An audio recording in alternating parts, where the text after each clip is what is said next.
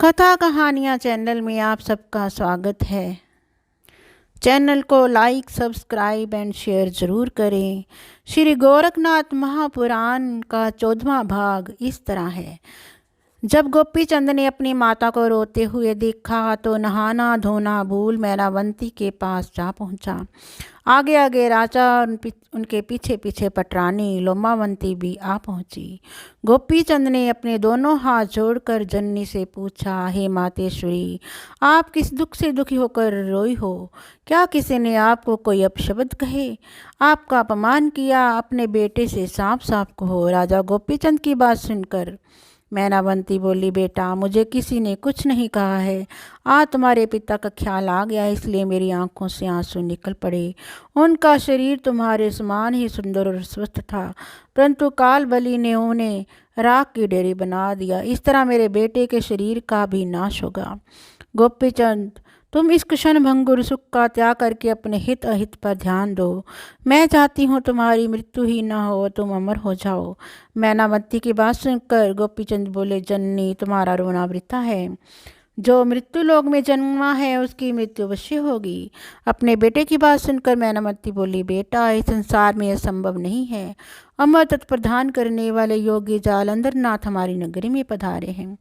तुम भक्ति भाव से उनकी शरण में जाओ, उन्हें अपना गुरु मान, स्वयं चेला बन जाओ और अमर तत्व प्राप्त करो। अपनी जननी की बात सुन गोपीचंद बोले, उनके उपदेश सुनकर मेरी सुख संपत्ति, राज्य वैभव, बाल बच्चे सभी मुझसे जुदा हो जाएंगे। यही सब कुछ मैं इतनी शीघ्र नहीं कर पाऊंगा।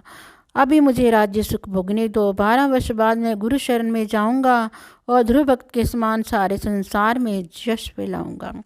इस पर मैनावंती बोली, अरे बेटा, तुम 12 वर्ष की बात करते हो, एक पल का तो भरोसा है नहीं। माता ने जो जो उपदेश अपने बेटे के लिए दिए उन्हें पटरानी लोमावंती बड़े ध्यान से सुनती रही। उसके हृदय को बड़ा दुख हुआ और मेरी सास अपने बेटे की माँ नहीं, हम सबकी दुश्मन है। इसका कुछ ना कुछ उपाय मुझे करना ही पड़ेगा। गोपी चंद ने अपनी माँ को उत्तर दिया, जननी, मैं आपकी आज्ञा से विमुख नहीं हूँ, परंतु जलंधर नाथ योगी का प्रताप कैसा है, इसकी तसल्ली हो जाने पर ही मैं गुरु शरण जाऊँगा। अब आप चिंता मत करो। इस तरह माता को समझाकर वह स्नान करने चला गया। उधर सास के उपदेश से पटरानी लोमावंती की बेचैनी बराबर बढ़ रही थी। उसने अपनी सभी सोतों को इकट्ठा कर अपनी सास की करतूत भली भांति समझाई और बोली, अगर बालम ने संत से दीक्षा ले ली तो हम सबके साथ साथ हमारी कन्याओं का भाग्य भी फूट जाएगा। इसलिए कोई ऐसा उपाय करना चाहिए कि हमारे स्वामी योगी ना बने। इधर पटरानी विचार मगन थी, उधर राजा स्नान ध्यान से निपटे। उनके मुख पर उल्लास नहीं था, वे इसी सोच विचार में थे कि राजा रहना ठीक है या दीक्षा लेकर योगी बनना। उनकी मुख मुद्रा देख सभी रानियां समझ गई कि जरूर दाल में कुछ काला है, इसलिए स्वामी इतने अधीर हैं। कुछ समय बाद राजा दरबार को चले गए। तब सब रानियां लोमावंती को घेर कर खड़ी हो गई और बोली, जी जल्दी कुछ उपाय करो, वरना सभी का जीवन नष्ट हो जाएगा। लोमावंती बोली, घबराओ नहीं, बिना तेरे चित्र ये संकट दूर नहीं होगा। अगले दिन जब राजा गोपीचंद सोकर उठे और पटरानी लोमावंती के अंतपुर में पधारे तो पटरानी राजा को देखकर रोने लगी। राजा ने अपने पटरानी के नकली आंसुओं को असली समझा और पूछने लगे, महारानी, तुम्हारे रोने का कारण समझ में नहीं आया। अपने प्रीतम की बात सुनकर लोमावंती ने उत्तर दिया कि मैं भाग्य को रो रही हूँ। गोपीचंद बोले, अब कुछ नहीं समझ पाया। महारानी त्रियाचरित्र दिखाती बोली, जान बख्शी जाए तो सत्य बताने का साहस करूं। राजा ने कहा, सत्य बात में जान बख्शी की क्या जरूरत है, और वह भी पटरानी के लिए जिनका चंद्रमुख देखकर मैं जीता हूँ।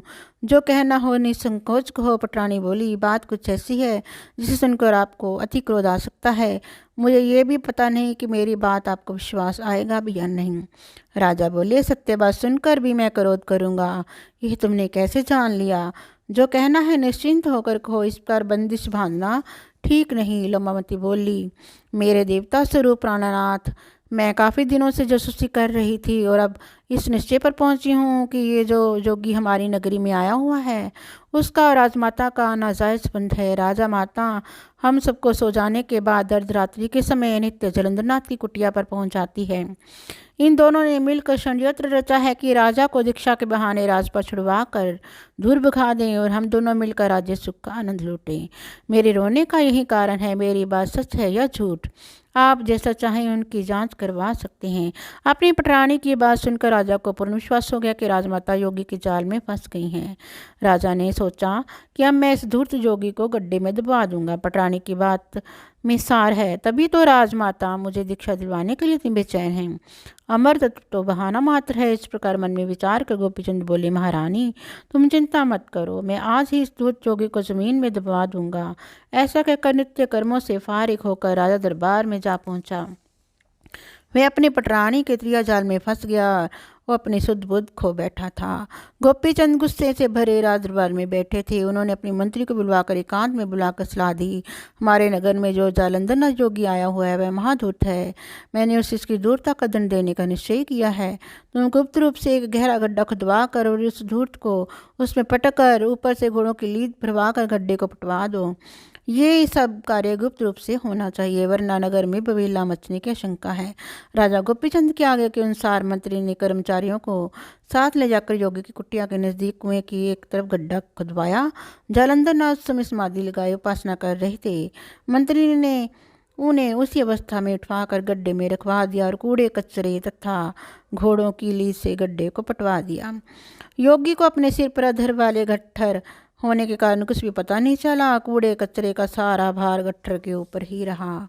जालंधरनाथ तो अपने सांवर मतलों की सिद्धि में इस प्रकार लगे रहे जैसे कि सारा कार्य ही उनकी इच्छा अनुसार एकांत में भजन करने के लिए हुआ हो। इधर गोरखनाथ से अपने गुरु की दुर्दशा सुनकर कानिफानाथ को बहुत दुख हुआ और साथ ही आश्चर्य भी कि मेरे गुरु को कैद करने की हिम्मत गोपीचंद को किस प्रकार हुई। गुरुदेव उसकी नगरी को भस्म करके खुद कैद हो गए। मेरी समझ में कुछ नहीं आया। असली भेद तो हेलापट्टन जाने पर खुलेगा। कानिफानाथ ने शिष्यों को आदेश दिया, तुरंत ही डेरे दम्बू खाड़ कर बैलगाड़ियों में लदवाओ, हाथियों पर झूले डलवा दो, रथ घोड़े पालकी सजवा कर हेलापट्टन के राजा गोपीचंद की राजधानी शीघ्र ले चलो। कानिफानाथ योगी की आज्ञा सुनकर उनके शिष्यों ने शीघ्र ही डेरे तंबू खाड़ कर सब सामान गाड़ियों में लदवा लिए और हाथी घोड़े रथ पालकी आदि सजवा कर गाजे बाजे के साथ अपने ठाट बाट बना अपनी अपनी सवारियों पर चढ़ मंजिल दर मंजिल तय करते हुए हेलापट्टन नगरी जा पहुँचे। योगियों का वायुवेग के समान हाथी घोड़े पर चढ़कर आगमन सुनकर हेलापट्टन के सकल नर नारी भारी संख्या में योगियों के स्वागत को चल दिए। राजा गोपीचंद भी अपने उच्च अधिकारियों को लेकर कानिफानाथ की अगवानी को जा पहुंचे। राजा गोपीचंद को आया देख प्रजा वर्ग ने जय जयकारे बोल बोलकर आकाश पाताल एक कर दिया। राजा गोपीचंद ने कानिफानाथ का हाथ जोड़कर नमस्कार किया और कानिफानाथ का हाथ पकड़कर राजभवन को ले गए।